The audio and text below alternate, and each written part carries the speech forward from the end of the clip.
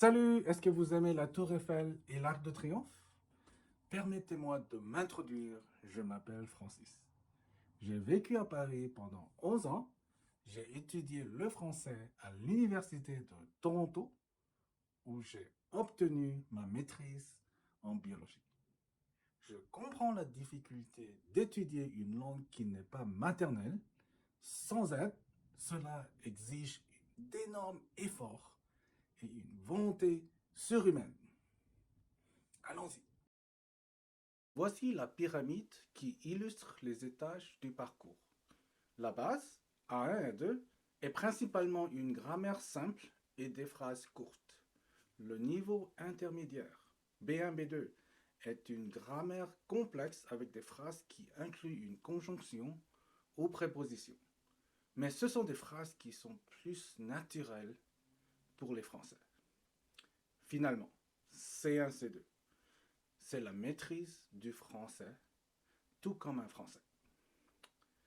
C'est un procès qui n'est pas facile parce qu'il y a beaucoup de mémorisation et vous allez voir que vous allez complètement tout oublier très rapidement. Donc, il faut quelque chose d'autre. Voici les 3 conseils que je vous donne aujourd'hui qui vont accélérer votre étude du français. C'est le même système que j'ai utilisé lorsque j'ai appris le français à Paris. Quel est le secret de réussir dans ce parcours de A1 à C2? C'est l'acronyme que j'ai donné. A, R, C. Le premier conseil est celui d'admirer. Admirer quoi? C'est l'admiration de la culture française. Cette culture est non seulement la culture de la France, mais également de celle de pays francophones comme le Canada, l'Algérie et d'autres pays. La culture française est très riche, avec de nombreuses façades vivantes. Vous pouvez choisir lesquelles que vous voulez utiliser pour maîtriser le français. Le deuxième conseil est de rechercher la façade de la culture française qui vous inspire le plus. Pour moi, j'aime les poèmes et les chansons françaises.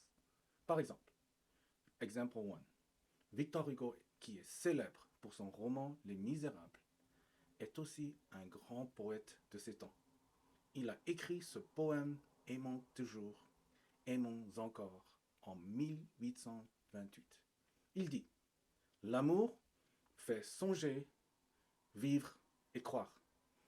Il a pour réchauffer le cœur. Love inspires dreams, life and belief. It possesses to warm the heart. Cette phrase est simple, mais on peut apprendre 4 verbes en même temps. Songer, vivre, croire et réchauffer. Elle est riche parce qu'on peut utiliser notre imagination. Ce poème exprime l'idée que l'amour est essentiel à la vie. Victor Hugo célèbre l'amour comme une force puissante. Il souligne la puissance de l'amour pour faire vibrer le cœur, apporter le bonheur et donner un sens profond à l'existence. Un autre exemple, example 2, est la chanteuse québécoise Céline Dion, qui est célèbre avec la chanson My Heart Will Go On. Mais on oublie qu'elle a chanté des chansons superbes en français. Par exemple, l'amour existe encore. Elle dit: l'amour existe encore si tu l'oses. L'amour existe encore si tu le veux. L'amour existe encore qui se repose. L'amour, c'est comme un jour qui se lève à nouveau. Love still exists if you dare. Love still exists if you wanted to. Love still exists resting. Love is like a day that dawns again. Le refrain est clair et simple. Vous pouvez apprendre sans aucun problème. Voici les autres façades. Comme vous le voyez, la liste continue. En tant que les dessins animés, j'aime beaucoup Astérix et les Gaulois. Pour le théâtre, j'adore les comédies de Molière. Bien sûr, chaque personne est différente, donc vous pouvez choisir l'aspect de la culture française que vous souhaitez. On peut les utiliser dans d'autres vidéos, si vous le voulez, dites-le-moi. Finalement, la dernière étape est la communication. Après avoir recherché les façades qui vous plaisent, vous pouvez les utiliser pour écrire votre propre poème ou même une lettre d'amour. Pourquoi pas? Vous pouvez aussi parler avec des amis ou avec vous-même. Vous pouvez chanter par vous-même sans personne à proximité. Après ces 3 conseils, A, admirer, R, rechercher, C, communiquer, vous verrez que l'étude du français sera plus naturelle et vous ne l'oublierez pas.